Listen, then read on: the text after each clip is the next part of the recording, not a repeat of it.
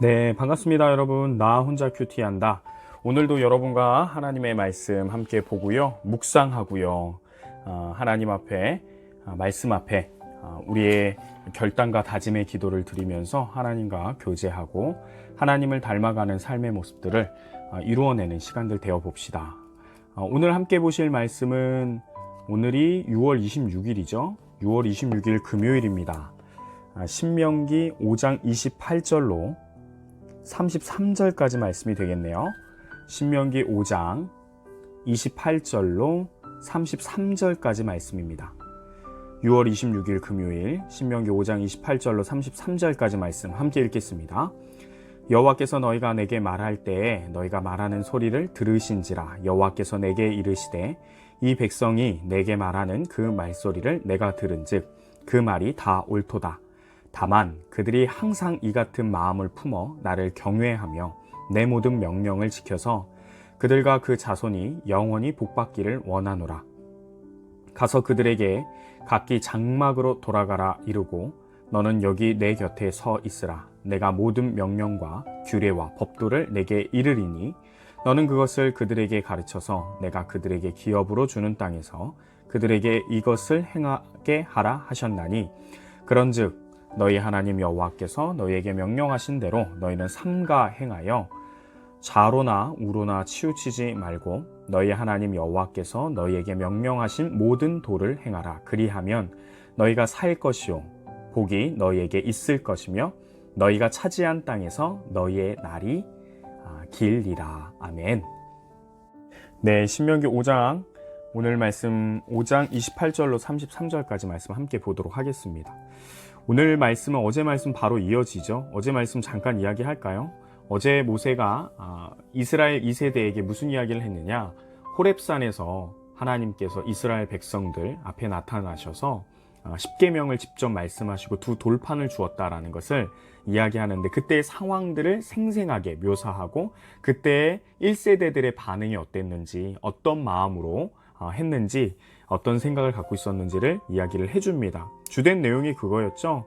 육신을 가진 자 중에서 여호와 하나님의 음성을 듣고 그분의 지금 오신 그 현현의 모습을 보고 살아있을 자 누구입니까? 라는 이야기를 했다라고 했습니다.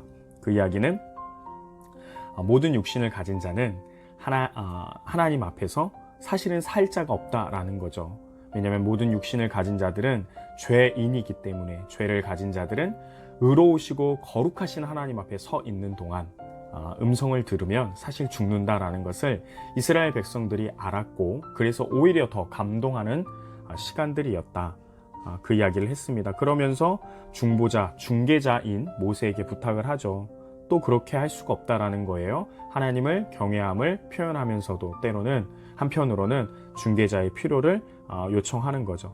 그러면서 오늘 말씀 28절 이어집니다. 여호와께서 너희가 내게 말할 때 너희가 말하는 소리를 들었다라고 되어 있습니다. 중개자 모세를 통하여서 듣게 하소서라는 부탁을 하나님이 들었다라는 거죠. 하나님의 대답은 그들의 백성 이스라엘 백성들이 너에게 모세에게 말하는 그 말소리는 내가 들은즉 그 말이 옳도다. 인정해 주시고 수락해 주셨다라는 거예요. 이제는 내가 직접 이스라엘 백성들에게 말하지 아니하고 그들이 떨며 무서워하고 죽을까 하는 마음, 너무나도 경외하는 마음이 크기 때문에 이제는 그들의 말을 수락해서 내가 그들에게 직접 얘기하지 아니하고 모세, 중보자, 중간에 있는 너에게 말하고 너는 이스라엘 백성들에게 가르쳐라 라고 했다라는 것을 이야기하고 있는 겁니다. 그런데 여러분 조건이 하나 있어요. 29절.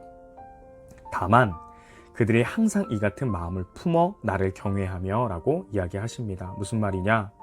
방법이 바뀌지만 모세를 통하여서 듣긴 듣지만 그래도 여호와를 향한 두렵고 떨리는 마음, 그분을 사랑하지만 그분의 위대하심과 거룩하심과 그의 크심 그리고 그의 의로우심 때문에 두려워하는 마음은 여전히 품어야 된다라고 하나님이 이야기하십니다.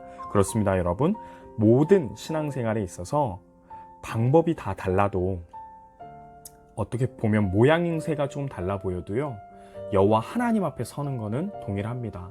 예배를 드리는 시간, 기도를 하는 시간, 찬양을 드리는 시간, 우리의 삶의 예배, 우리의 삶을 살아가는 그 모든 순간마다 우리는 하나님 앞에 살아가고 하나님 앞에서 행하는 것입니다.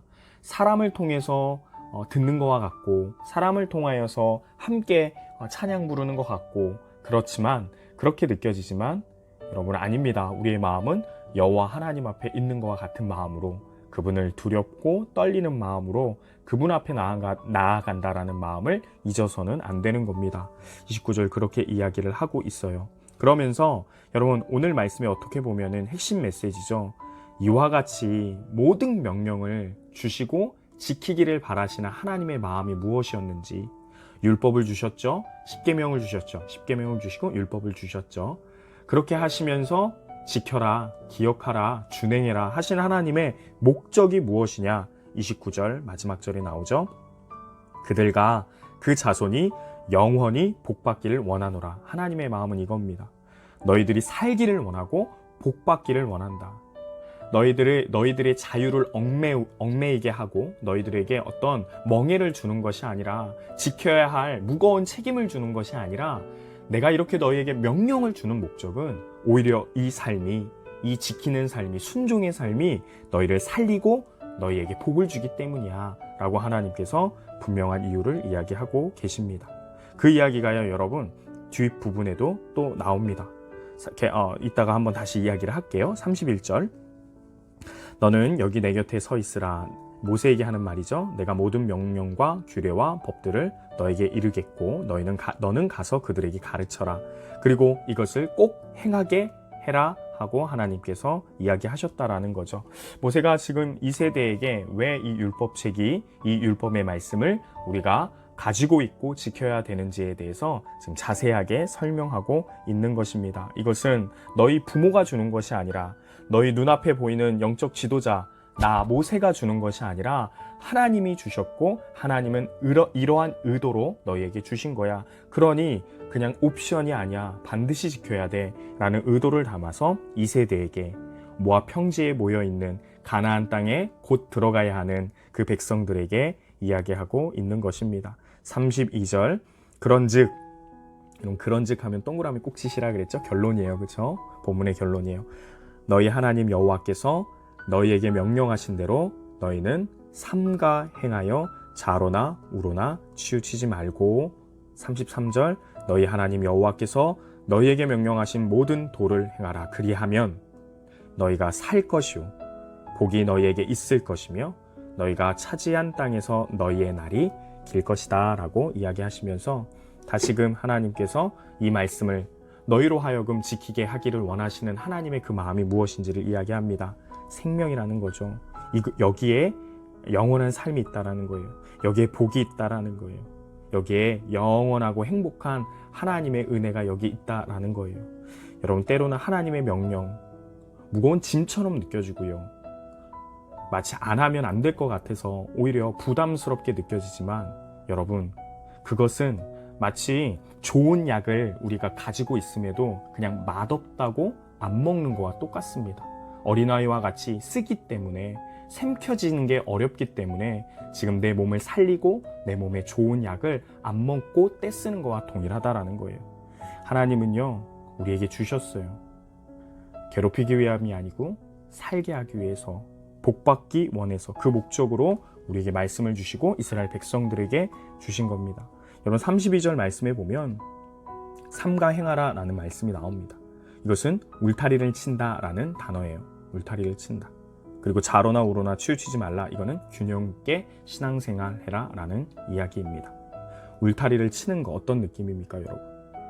우리가 만약에 청소년과 같은 심정으로 이 말씀 울타리를 친다 그러면 이 이야기 해석을 들으면 막 내 자유를 방해하는 것 같아 라고 이렇게 해석하고 막 느낄 수 있는데 여러분 지금 여러분 때 그 나이에 이 울타리를 친다 하면 어떤 느낌이 듭니까?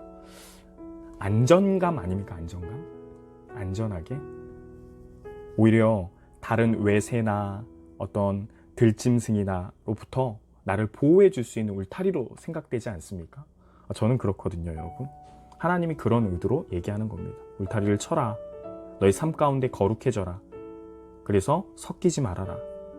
균형 있게 좌우로나 우로나 치우치지 말고 균형 있게 내 앞에서 이 말씀을 지켜 행하라. 그래야만 넌 살 것이다. 하나님이 이야기하시는 겁니다. 여러분 오늘 말씀 참 의미가 있습니다. 첫 번째는 방법이 바뀌어도 늘 하나님을 경외하는 마음은 동일해야 된다는 겁니다. 세대가 바뀌고 예배드리는 모양이 바뀌어도 여러분 하나님 앞에 예배드리는 거고 하나님 앞에서 삶을 살아가는 겁니다. 그분을 경외하는 마음, 보이지 않는 것처럼 느껴지고 한꺼풀이 더 있는 것처럼 보여도 그 마음은 동일해야 됩니다. 그리고 두 번째, 이와 같이 하나님이 우리에게 명령을 주시고 우리로 하여금 그렇게 살라고 이야기하시는 이유는 뭐냐? 우리로 복받기를 원해서, 영원히 살기를 원해서 하나님의 그 은혜가 있다는 거죠. 여러분 이 두 가지 여러분들에게 메시지 전합니다. 여러분께서 묵상하시고 내 삶 가운데에서 해야 할 것이 무엇인지 구체적으로 적용해 보시고 기도하시는 저와 여러분 됩시다. 금요일 화이팅! 우리 내일 모레 예배 시간에 만나도록 하겠습니다.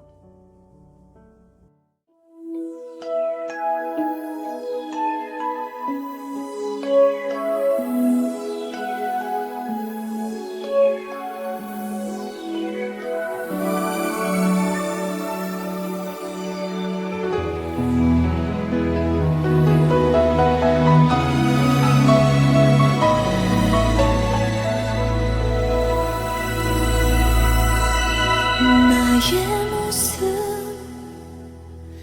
나의 소유, 주님 앞에 모두 드립니다. 모든 아픔, 모든 기쁨, 내 모든 눈물 받아주소서.